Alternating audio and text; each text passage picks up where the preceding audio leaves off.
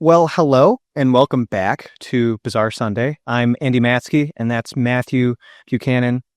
We are here in our second episode. And so if you were there for the first one and now you're back, thank you so much. We are here today to talk about making the best use of your time. But before we get there, we have a follow-up from last episode that was requested from a listener. My father asked this question. Do you still hate your family? Yeah, I hate them so much. I was really hoping to kind of do a follow-up in another episode for this. But yeah, I hate my family so much. He's kidding. Folks. No, I love my parents and I love my brother and sister so dearly.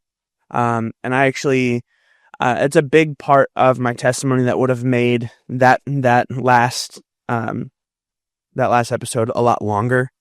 Is just what God had to do in my heart to kind of get past my own self to love them again. And so now you can ask my parents. I call my mom and dad at least twice a week, and I talk to my siblings. I love them all so dearly. I try and be home to see them once, if not once a month, if not once every 2 months. But yes, I love my family, and man, you ruined my idea. My dad was like, I'm glad you don't hate us. And I was like, ha ha ha, what? And he was like, well, Matt made it sound like, he really didn't like his family growing up. And I was like, oh, yeah. He's like, and he was teasing. But yeah, I need closure. No, yeah. I was really hoping for another person. And we can expand that because I think we'll drop this little mini bomb in the middle of this. It's another thing you and I have in common is like, that we have great relationships with our family, but it's because we've taken work and effort to have great relationships with our family. It wasn't easy. So that's a fun, silly episode that's coming up in the future, to look forward to. If you have any other requests about the current, relationship we have with our family, drop those in the comments. Let us know. But that's a wrapped up thought. You're good with saying what you have to say about your family. I'm really happy with the reception of our first episode. Yeah, it exceeded my expectations. I know, and maybe this is a little too behind the scenes, that the first episode of podcast tends to do way better than subsequent episodes. Yeah. So let's be prepared for that. But just thank you to everyone and anyone who listened. It's like, this is just a fun thing that we're doing with like a particular group of people in mind, but also just because we like it and it's a fun idea. So if you listen to the first one, thank you. Feel free to share it with your family, your friends. No pressure to, tell the whole world and everyone you see about it, but just try to get it out to somebody who needs it. Especially as we're doing these, this is kind of, trying to find where we're coming from and what exactly we're doing. The show is like a thing that we're finding it as we're doing it. Yeah. And even with like the look of this show, and like in production value, if you're watching the show, hopefully there's a noticeable step up in quality from last episode to this episode. But that's kind of part of the point, and maybe a random bit of encouragement to our listeners that I want to share now. And I kind of want to be frequent with this in the show is like, if you want to do something creative, do it. Yeah. And this is a motto for the show, and I'll probably say it anytime anyone asks me about the show, is don't let the great rob the good.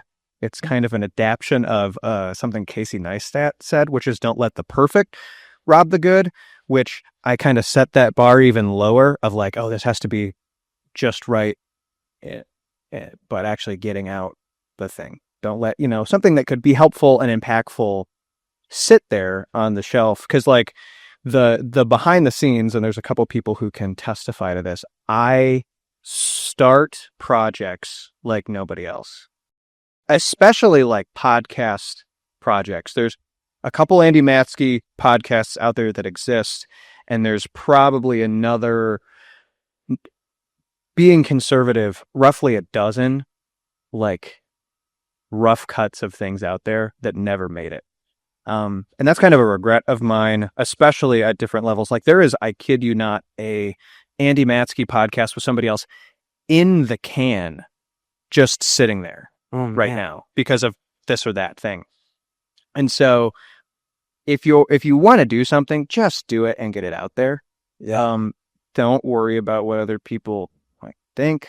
Don't worry about but for me, that's never been the problem. For me, my own standards have held me back. So it's get out there, do it. And I know it's corny and it's not like we're this big success, Oh yeah. but we are. And that's not why I'm not saying this because we had 100 views on our first episode. I'm saying this because that's what holds me back from doing a thing. And it's fun, especially if you like doing stuff like this. Like, don't let that be the thing that holds you back. Now, granted, like when you see a show like ours, and this is a story for another day, more setups for future episodes, is like, this is a decade plus of me being interested in like photography and videography gear that kind of surrounds us, and some borrowed stuff, like that's, a borrowed light and some other things. But like, so it takes time, but even so, like we don't need the gear we're using. Yeah. And the other fun life hack, if you have access to something with, like a mixer, just use that records. That's what we're doing right now. And I'd never thought of that.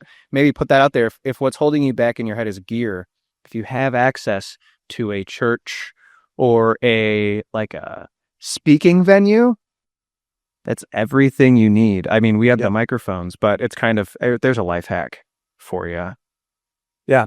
I think it's cool too, because you're on that, like, it needs to look great and it needs to sound great. And I'm kind of just like, why don't we just do it and let God use it? Yeah. And I think like you challenge me to bring that level up, and I'm kind of pulling you back down. Like, yeah, it doesn't need to be perfect though. It doesn't need to be amazing. God's going to use it no matter what. Well, yeah. And in like the first episode, there was a couple of things and you're like, yeah, they're good. And like having 50% of the creative side of things, or the creative of the collaborators be like, yeah, it's good, definitely balances out the other 50% that wants to like nitpick here and there. And I mean, like, I want it to look professional. I've done things like this professionally before. So there's kind of that like pressure, self-induced pressure before, like, on me. But it's just a fun thing. And that's like at the end of the day. And that's what helps. And it is like, hopefully God can use it, especially because with our intended audience, we can essentially get as close to handing the episodes to people that we want them to reach. Yeah. And that's not a thing you have typically with a show. And I think I like that angle. It's part of, this is a rabbit hole, but part of why I like public speaking. So you have a captive audience that you know who you're talking to. Maybe not 100% sure that this person will be there, but like, if you know your audience, it really helps. And that's part of this is like, if we haven't said it before, this is like for our youth group that we're youth leaders for, and our friends, like, yeah. And hopefully they enjoy it. And they have, like, the fact that I got to church on Sunday and the first episode had been out for all of 8 hours. And I had a friend of mine come up to me and be like, yeah, I listened to it while I got ready. Was like, oh, that's all I needed. That's literally like, it would be great if it did a little more than what it had then, which was probably like 10 views. But like, that's it. That's all I need. Yeah. Which is, it's so satisfying. I don't know, if you do stuff creatively as like a career, you have to get used to not knowing at all how people are going to react, and being comfortable with the fact that most people are probably just going to hate it. Especially if you're on a platform already, you're doing something with a platform already. The internet's an awful place. Yeah. For that. So to have people be like, yeah, it was good. It's like, that's it. Yeah, that was it. All we need. Like, I had people who I never would have thought would have listened, like, come and tell me like, hey, I really enjoyed it. It was nice to, like, I watched it. I didn't just listen to it while I was driving. Like, I sat there and watched it. Was like, oh man, like, okay, that's all I needed. Like, yeah. I'll do 100 more episodes if it means that people are going to sit there and listen to the two of us silly guys just yap about what God has done. I would take that.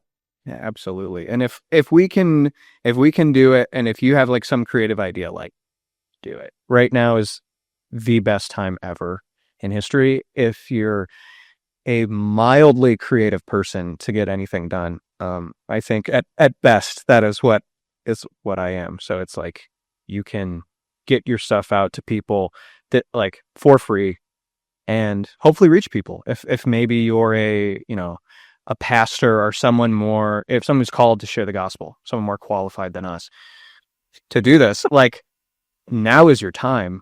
So, if you have a few spare moments, maybe a spare hour or two in your week, and you want to try it, go for it. Yeah.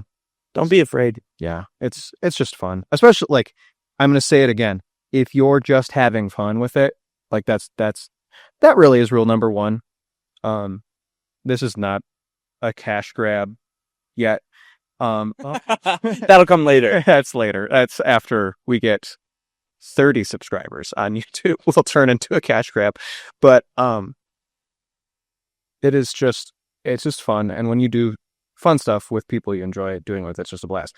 But we can do our how do you balance your hobbies and passions and career episode later, because I really think I can't wait to hear what you have to say. I think we just have a fun balance where it's going to be, hey, if you're a creative person and you want to do stuff as your career, you have two guys here who probably have wildly different advice that you'll get to hear at some point very soon. And, two guys who are a little bit up the road from where you are now, or maybe you're our age and you equally still feel like you have no clue what you're doing. We're there for you. Yeah. Have you heard that new Josiah Queen song? Oh yeah. I listened to it a little earlier today, actually, on my way here. I'm in the camp of Josiah Queen for the most part. Sounds the same now. Yeah. I hear one and it's like, oh my gosh, I heard this song 4 months ago, and then it came out earlier that day. Yeah. So I feel the same way. Especially because, and look, Josiah, I love your music. I've seen you live. Oh yeah. Great live. Incredible. Your band's incredible. I have a friend who does not really like folksy music at all, who loved your set just because of the quality spoke to how great it was. Yeah. I know you're listening personally. Yeah. Josiah Queen. Totally listen. Love your stuff. But my YouTube Shorts feed is just filled with that song. And it's some of your videos, which we got to talk about what you're doing, because it kind of confuses me. And I get it. I get you got to market your song, and I get that's how you do it. But it's also now remixes of it, and it's like middle-aged moms showing their dusty Bibles and their brand new iPhones, and like kind of TikTok dances to the song. And I am not here for it. I almost dislike the song. When he first did his like, hey, I'm writing the song, should I do more? Which is, I have a new single dropping in a month thing, which everyone does that. No shade to just Josiah Queen. I liked it. I was like, this is cool. And I totally agree that a lot of his stuff sounds the same. And with this new album, I was really hoping we'd get something different than Vance Joy, but more folksy. But it's not. I do really like the tagline. Like, we got dust in our Bibles and brand new iPhones. I wonder how he got this way. Like, awesome song. The Idol stuff, also great. Yeah. Like, good songwriting, just sounds... The one song that I like still have on playlists from Josiah Queen is actually Altars Over Stages. Great. And it's because it sounds so different from everything else. And like, as somebody who does music here at the church, like, the cry is choosing altars over stages.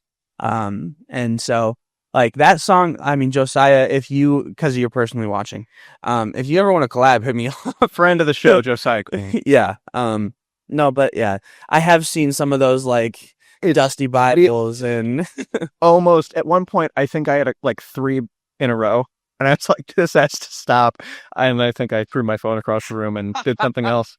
But it was like, I like it. I like his music, and I really do like Altars Over Stages. I also like, Fishes and Loaves is like a great song. His music's good. It's just slowly all becoming the same thing. Yeah. And there's even one, My Promised Land, which is... Oh, that's a great song. The most, it's Vance Joy, but more folksy from Florida or wherever they're from, like spin on it, countryfied, Vance Joy, gospel music.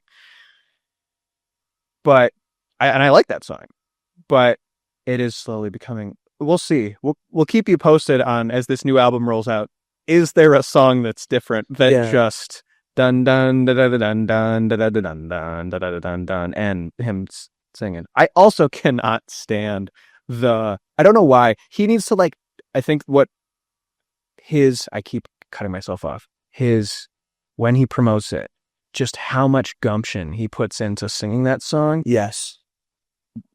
is almost annoying. I said I can't stand it. It's almost there where it's like every time he's just like, and I think they're doing something with like AI in his promotion, which no hate, because I'm almost positive.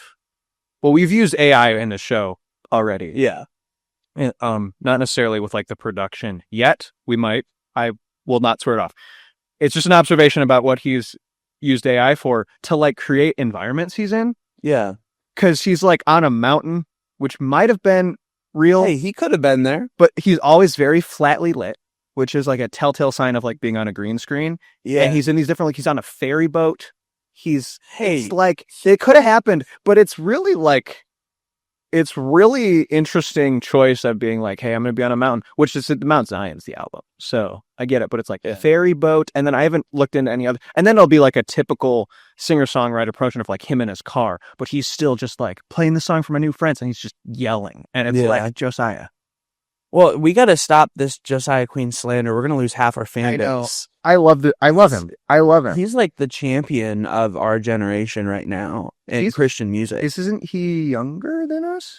I think he's either 22 or like 23. I think he's right there. Yeah, that's crazy. But yeah, seeing him live was awesome. Seeing him live is fantastic. If you have a chance to see him in person, do it. Yes. It sounds better than the recording. Just great time. Yeah. Great concert. Check it out. Check the listing for local Josiah Queen shows. Just kidding. I forgot to put a description on the last episode. Oh yeah. And I felt bad. Anyways, this one will be just Josiah Queen lyrics. Making the best use of your time. Do we want to talk about that now? Yeah. You want to lead us in that? Yeah. Awesome. So I had the opportunity for the church that we're at, the youth group that we're a part of, I got to kind of walk through what I felt was a very important thing for our youth group at the time, because in my small group, which I've got the 9th through 12th graders, those little rascals, they really kind of talk about like the idea of like doom scrolling. I don't know if you guys know what that is. Pause. If you don't know, you can pause the show and Google it. Yeah. Yeah, you better do that. Okay, and we're back. Doom scrolling. Yeah, doom scrolling. And so for the youth group, I was like, oh man, I think it'd be perfect to talk about how we use our time, especially in a day and age where everything is kind of begging for your time, and attention spans are so low. And so what I want to talk about today, is a similar thing to what I wanted to talk with them about. I want to kind of be able to go back and forth on this, because I think that as much as I can have this opinion on it, I think you have a really good perspective on it as we've talked about it. But I crunched some numbers and looked up some studies to kind of figure out, how long we live on this earth, and how long we would spend on our phones if we average certain numbers, certain hours on our phone every day. So during that week, I looked at my screen time on my phone, and that was terrible, because my screen time was 6 hours and 39 minutes. Wow. Which is a lot of time on the phone. And that number scared me half to death as I was kind of sitting there going, oh my gosh, what have I been doing? Cause I knew that I had not spent nearly enough time in the Word that week. And like, if you were to look at the number of time on my phone and the number of time in the Word, it wouldn't have been close. And that was really hard for me. And so I first kind of like, I want to kind of highlight that. Be very careful how you spend your time. The phones and TikTok and Instagram and Facebook and even like texting your friends can become so much more important to you when life starts to get busy. I know it has been for me in the past where, I've been doing devotions, sitting in my room doing devotions, and then, man, the conversation in the group chat starts hitting off, and you're like, oh my gosh, I'm going to pick that up. And then I never finish it. And that was something that for me is like, if I'm struggling with that, I I know that other people can. I'm nowhere near a perfect person. And I know that other people are in that same boat with me. But if you were to spend 8 hours a day every day of the year on your phone, and you lived 80 years, you would spend 8,000 or 2,920 hours per year on your phone. Wow, that's a lot of time on your phone. That is a little bit over a quarter Wild. of the year. So, I mean, that makes sense when you actually break down the hours in the day. But if you were to do that since birth, right? So right out the womb, you were to do that, you would spend 26.68 years of your life on your phone. Now, obviously, that's not going to happen, right? You're not going to spend out of the womb, So if you are doing it from 16 to 60, you're spending 8 hours a day on your phone. That's 14.7 years of your life on your phone.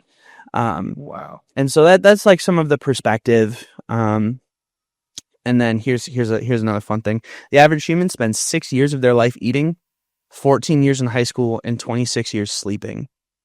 You would be spending... Wait, how long does the average person spend in high school? 14 years in school. Oh, Sorry, I said high school. That's my fault. In school. That one guy who made that one number. Guy. So, that one guy who's there this whole time. Really peak in high school.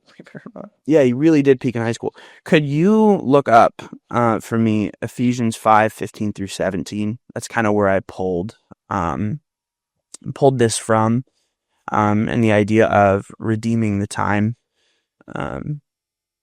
Because as I was kind of talking through it, I spent some time talking to my dad because, I love my dad. And we talked about me where I wanted to go with it all. And he had some really awesome insight. And he kind of said, like, make sure you harp on verses 15 through 17. So if you have that, can you read it? Look carefully then how you walk, not as unwise, but as wise, making the best use of the time, because the days are evil. Therefore, do not be foolish, but understand what the will of the Lord is. Yeah. So that is, and I really like and the version that I read is the days are evil. This world tries so hard and everything. And you were talking about it earlier with Josiah Queen. Artists do crazy things to get your attention in those little promotional videos. People who don't love God do crazier things in videos to get your attention, and it's just buried in sin. And we've so justified, like, oh my gosh, they are, stealing this thing from somebody, and we're watching it because haha funny, right? And I think that has kind of become a desensitized thing when we watch TikToks, the 30-second clips of, oh my gosh, did they just punch a guy in the face? Or the videos you see now of like somebody falling and getting hurt, and then it's the person's reaction, like laughing and not helping the person who just got hurt. I think that's 100% like a desensitized. Yeah, what the word you said that I can't pronounce right now is desensitizing. Yeah, is 100% what it is. Yeah, is the whole to a lot of things, and you don't realize if we're drawing our lines of what's right and wrong and what we should be sensitive to and not sensitive to based on the Bible, you must realize that the way you spend your time affects that. Correct. Because you can say you're Christian, you can say you believe the Bible, but then what your gut is, theologians of the past would call your affections, kind of like how you feel, what you think. That is affected by what you consume as media. And look, this is something that you're hearing it from two guys who aren't perfect at this by any means, but you have to realize that we live in this world that insists everything is neutral. Yeah. And that it's only how you use it. But really, these platforms, this media really does have an effect on you. It's like eating, only eating fast food. It's Yeah. gonna do something to you. Now, Yeah. there's people who choose to live that way. There's people who don't. And it doesn't mean fast food's wrong, right? It's like, and I'm sure there's somebody listening somewhere who absolutely thinks it is and maybe has a good argument. But for the sake of my my logical thing I'm saying here is in its time, right? You can have Chipotle once or twice a week and probably be okay. But if you're having McDonald's every day, there's going to be effect. And in the same way to your media consumption, it's 100% the case. And I think too, my mom says bad company corrupts good morals. I don't think that came from her originally. I don't think that comes original from Paul. But my mom often highlighted that in my life. And if you listen to last episode, you can recognize that I did not follow that instruction well. But I think that even like in what we're talking about is a very important idea, that like who you spend time with is also just as much affecting you and desensitizing you to things. So like if you spend time with a bunch of people who are cursing and think that that's okay, you're going to start hearing it more. It's going to start becoming more of a daily thing for you. And then it's going to become something that you're okay with. And then it's going to become something that you start using yourself. And oftentimes that's the case. It's not always the case. Yeah. And I think to kind of immediately build off that and admittedly cut you off, it's like that's a time when you have to use what's called intentional influence. I think is a really it's when it takes wisdom, because what it makes me think of when you say that is in Proverbs, Solomon writes, "He who walks with the wise will be wise, but the companion of fools suffers harm." And when you hear that initially, you're like, oh no, my friends are idiots. I gotta leave them. At least that's sometimes what I've thought. Sorry, guys. And that's not the case. I think what you have to see, and certainly there's a point to what you're saying, and I'm not disagreeing, but I would add the point of clarity of, okay, I'm going to become who I'm around, and I'm going to become more and more who I'm like now, unless I do something different. Habits are going to be built. But if I'm with a crowd that's maybe not the best, now there's obvious examples. If you're in high school and you're running with the party crowd, it's probably best that you cut that off and get out of there. But if you're getting older and you've been friends with some people for a while and they're maybe still not the best influences, that's a time for you to intentionally own the situation and go, I'm going to be a positive influence, and limit yourself, draw boundaries. And maybe you're someone who's not comfortable with drinking at all. Maybe you're still too young and your friends are more than comfortable with going off and drinking somewhere. It's perfectly fine to say, I'm not going to be there. Yeah. But be the intentional influence, prepare yourself for those moments, get to know your Proverbs about watching your mouth and things like that. Now that takes wisdom, and that's to, add another thing to the list. That's probably where godly counsel from someone discipling you, from a pastor would be wise, or from a parent, of lay out the situation. And if it's a situation you can't lay out all of comfortably, then there's probably your answer that you shouldn't do it. Yeah. But go to God, a pastor. I've done this. Go to one of your pastors and go, look, this is what's bothering me. And this is how should I approach this? And they probably will have very good insight if there is something that needs to be addressed. Because sometimes there really is nothing you can do, because you can't force people to mature. And I drug us down this rabbit hole, but you are going to become who you're around. You become like who you're around. That's just true. But that doesn't mean you need to leave the people that God has put in your life. Yeah. I think that's been a balance for me, and one I've handled poorly. I've a lot of regret about that.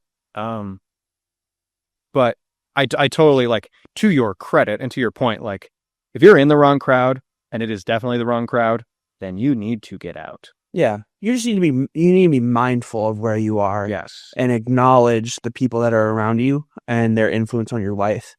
And that kind of, to segue back to kind of the main idea here, is like, what does it mean to redeem the time that you're spending? And that is part of it, is making sure that you are using your influence well in those situations, because you don't always need to cut those friends off. You can influence them for Christ, for the cause of Christ, and be a light to those people. But also it means what you do in your spare time needs to be a priority. So if you are, like, I play video games with my friends. If I didn't have the friends that played video games, I would probably not be playing video games, because I'm prioritizing the friend and trying to make sure I'm spending time with them. But I need to make sure that what I'm doing outside of that, right, is continuing to build myself up in the knowledge of Christ, and in the knowledge of my faith, and in the knowledge of Scripture, and making sure that I'm not wasting my time. Yeah. Because if I were to just sit there and play video games for 6 hours by myself, that would probably not be the best use of my time. Probably not. And so for me, it and for a lot of the kids in our youth group, who hopefully you're watching and don't feel called out, for a lot of the kids in our youth group, it's so easy to get caught playing video games and just, sitting there on your phone and sitting there scrolling YouTube. I get caught sitting there scrolling YouTube shorts all the time. And I think that this is a call to making sure that you are spending the right amount of time in the Word, because the days are evil. We are supposed to be the light on the hill for this darkened world. And if we are not continuing to further our knowledge in Christ, and we're sitting there wasting our time here on this earth, not continuing to reach people, we're kind of not doing our job, right? Matthew 28 puts it very clearly. Go and make disciples. That's the call, right? As a believer. And if we're not doing that, we're wasting our time.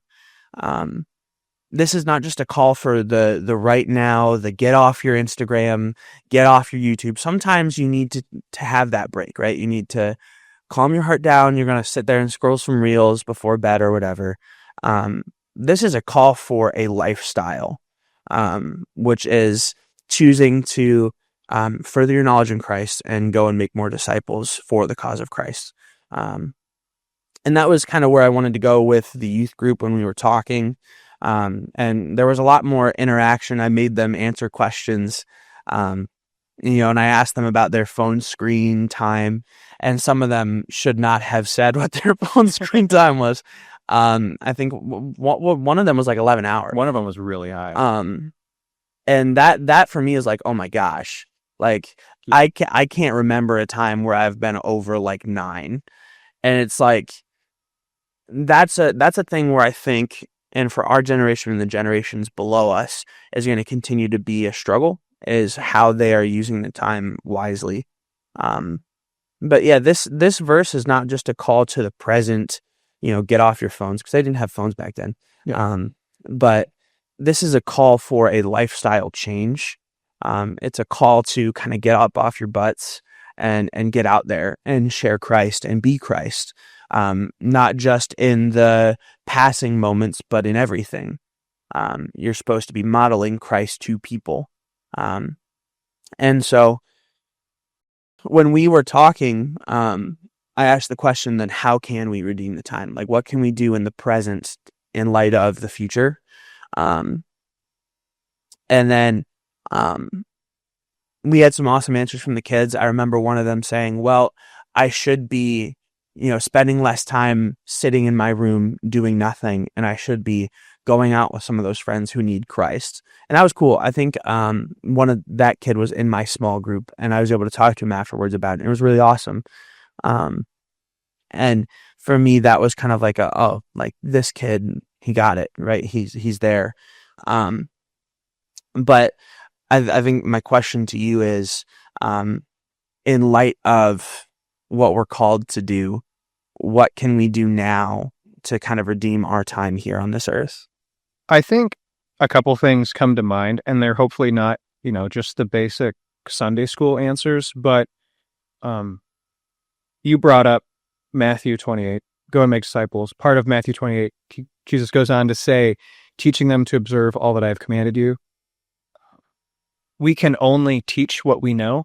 And so learn who Jesus is, what he taught, because that's that is synonymous with the call to make disciples. So spend time in the Word. I'm stealing part of your answer of when you taught, but like, don't be afraid to start small with being in the Word. Chapter Proverbs a day, a psalm a day, if that's what you need to get started. It's far better. One of our pastors here just mentioned this. It's far better to read an amount of scripture that you can actually understand and apply, than reading X amount a day. So if it is like you read a few Proverbs a day and they stick out, and you can take them with you, and try to follow them, that's where to go. And I would say, if you're going to start, and we could do an episode on this, but if you're going to start reading your Bible more, be comfortable with what you don't know. Yep. That is just showing, and that is true in every area of life. Being comfortable with what you don't know, because that shows you where you need to learn. And and we are in a time where it is so easy to learn more. But it starts with going, essentially, I've heard a pastor talk about this, where you read through the Bible and all you do, like the first time you should do, especially reading through like the New Testament, is ask the questions. Write down the questions. Why did Jesus do this? And be simple. Don't be afraid to go, well, I've always heard it's this. I've always heard that Jesus turned water into wine because of this. No, ask those questions. Why is that important? Why is that in the Bible? What is going on? Like, I do that. And that's not that I'm so smart, but that's a big thing for me, is to actually have an answer found in scripture for why a thing is. Like the latest one being, and I won't get into all of it, but like, why is the first thing the devil tempts Jesus with in the wilderness a temptation? Because it's, if you're the Son of God, command these stones to become bread. And it's like, well, that's like it sounds terrible to play devil's advocate. Like literally, he's saying an if that's true. Like, it's, if you're the Son of God, do this. And Jesus says no. And it's not even that bad. He's hungry. He hasn't eaten. Like, where's this? Like, being comfortable with those moments of like, what is the deal? Like, taking your time. And also, I think if there's one thing you're going to do to redeem the time, and this is me giving the answer, is like, give yourself the ability to read. Yeah. Just because you are literate doesn't mean you know how to read. Which is something that mostly nerds like me only think about, but it's so important for all of life to really give yourself the tools. There's a really good book called How to Read by a guy named Andy Naselli that is so good. I would if you are interested in learning, I would recommend checking out that book. A lot of the little tidbits I give to people who are discouraged by, like, why is there just this genealogy here? This is hard. Like, all those little tidbits are kind of adaptions of what Naselli says in that book. But giving yourself the ability to read, just starting from replacing a bit of doom scrolling with a bit of a book, and being comfortable with that. And it would be the similar thing, because I kind of want to say, like, oh, well, read 3 pages of a book. But sometimes you can't get anything from 3 pages of a book. So, like, similarly, realize what you're reading, especially if you're reading nonfiction. Just read as much as you can till your brain doesn't, well, like, till you're good. And then, like, till you get something. Yeah. And to be fair, there's some books that if you start with the wrong one, then you're reading probably a paragraph. If you're reading John Owen, you're going to read a sentence and go, I think I'm good for the day. But maybe don't start with John Owen. But that's it. Like, give yourself the ability to read. And to your point, to like really hammer on this, just think about how you spend your time. Yeah. And maybe we can kind of begin to wrap up here, but like, that's what we want to instill in this episode, right? It is not get off YouTube, because then we'd be hypocrites, right? We're like uploading this on Spotify and YouTube and all these places. It's not get off technology. It's start to find ways to think about technology and the way you use your time and all areas of your life, right? How often are you hanging out with your friends? If you feel like you have no time, because I feel like that's most of us, right? Or if you feel like you have all the time in the world, how often are you actually doing these things? I mean, that's a thing for me. Real life example is I felt so busy. And then I realized I hung out with my friends who I love dearly, who are very great people. I was hanging out with them at minimum like 3 times a week.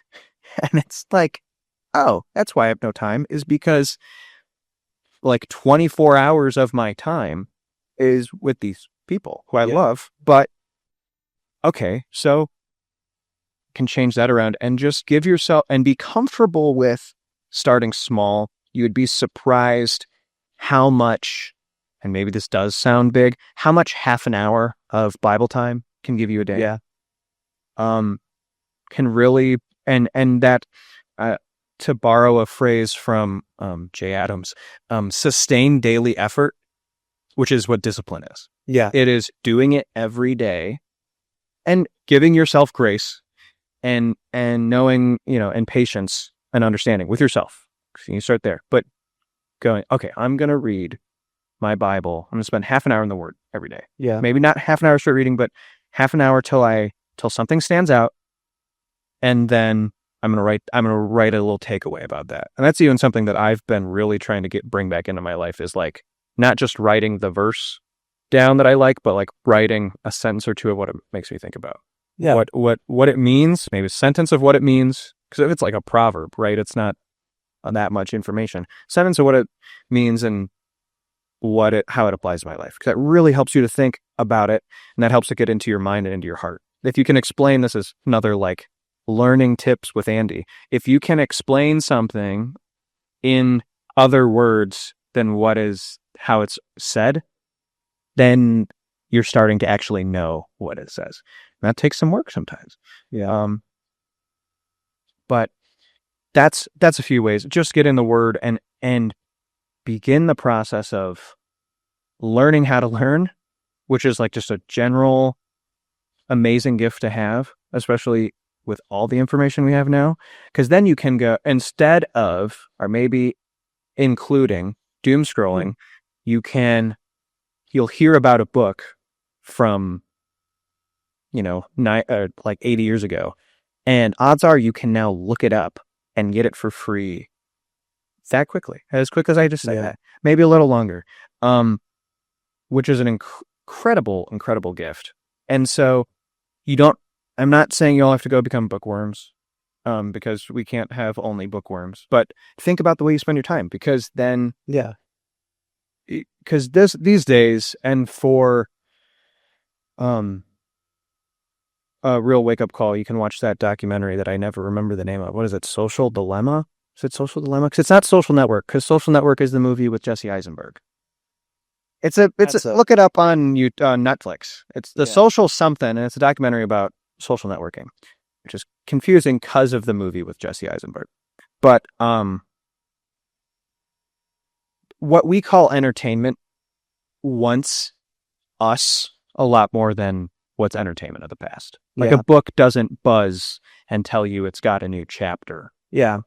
Well, and I think for those of us who are less bookwormy and more, we read for the necessity of reading scripture, and sometimes when we find something interesting, I found that the way that I often can redeem that extra time is if I'm just at home, I'll put worship music on, and spend a little bit of time just worshiping with somebody who can sing better than me, and not have to worry about other people hearing what I sound like, and letting my heart really feel that moment.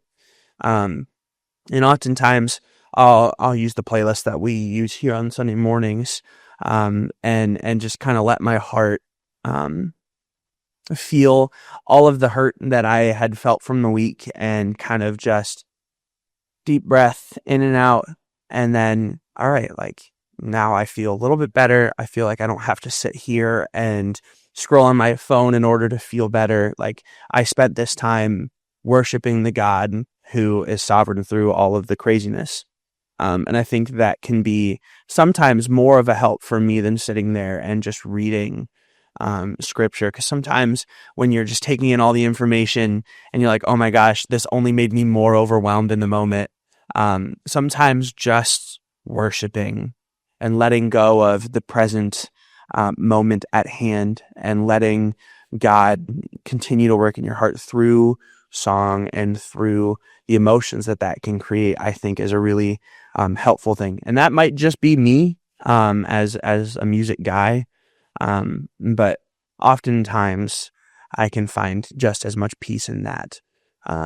There's really important that you still spend your time in scripture, but sometimes you just need that like release of worshiping the God who has created all things and who is faithful in all things, just as much as reading about him. Yeah. And then I'd add, kind of as my last thing for today, like prayer. How often do you seek God on a personal level? And like, look, I am,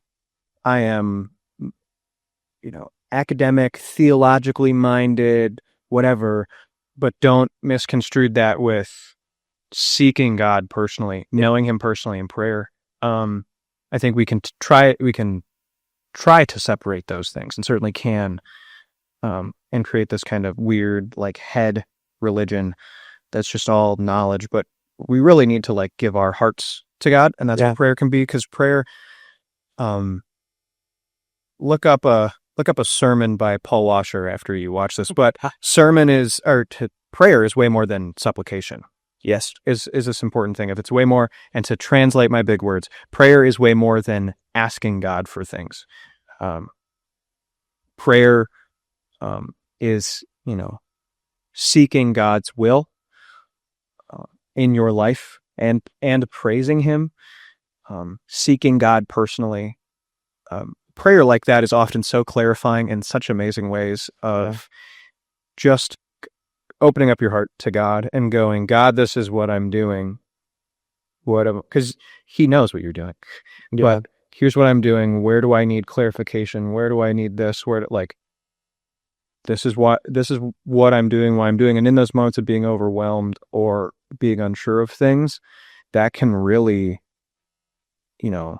be helpful. And it's like, this is God's our refuge, and he desires to be so. And so even in the craziness, turn to him instead of distracting yourself with doom scrolling. And this is very close to what you just said. Turn to God. Yeah. And open your, because like, look, in my life right now, there is some very difficult things going on. And I found myself today, like, hey, real life example that hits home with the way end. I found myself doom scrolling instead of sitting and thinking about it or praying about it, for that matter. I letting myself feel what was going on. It was, I don't want to think about this. Get out. And that's dangerous. It is. So turn to God and he will turn to you, is kind of takeaway. Anything else? I mean, we could talk about prayer forever. Like prayer in the same way that it's going and talking to God about like, hey, this is what I'm doing. It's also, God, why? We see that in the Psalms, and specifically with David's laments of, God, why are you doing this? It's hard to trust right now. It's hard to have faith, but I'm going to choose to anyways. And so those moments are just as freeing as all right, God, I need you to be my dad right now. And I need you to kind of wrap your loving arms around me. Sometimes it goes both ways, and it's just as helpful sometimes in both situations. Yes, absolutely. Were we good? Yeah. Got it? Awesome. Thank you so much for listening to this episode. I have to ask you to like, comment, subscribe. It really does a lot. If you like what we did, if you made it this far in the episode, if you like what we did, it really does help to subscribe. And it also really helps if you share it with somebody. Now, this episode may feel a little passive aggressive to send to somebody and be like, hey, redeem your time. But send it to the group chat. I mean, we know you send the cool songs, the silly stuff. Send this one in and just see. Guarantee you your friends will still think you're cool. or they won't, and you'll just still be listening to the podcast. If you have any episode suggestions, you can leave them in the comments. There should be comments on like every platform we're on. If not, you can email us at bizarresunday@gmail.com and follow us on social media. So there should be a link in the bio. I don't think there was a link in the bio last time. There will be this time. Have a good day. Peace.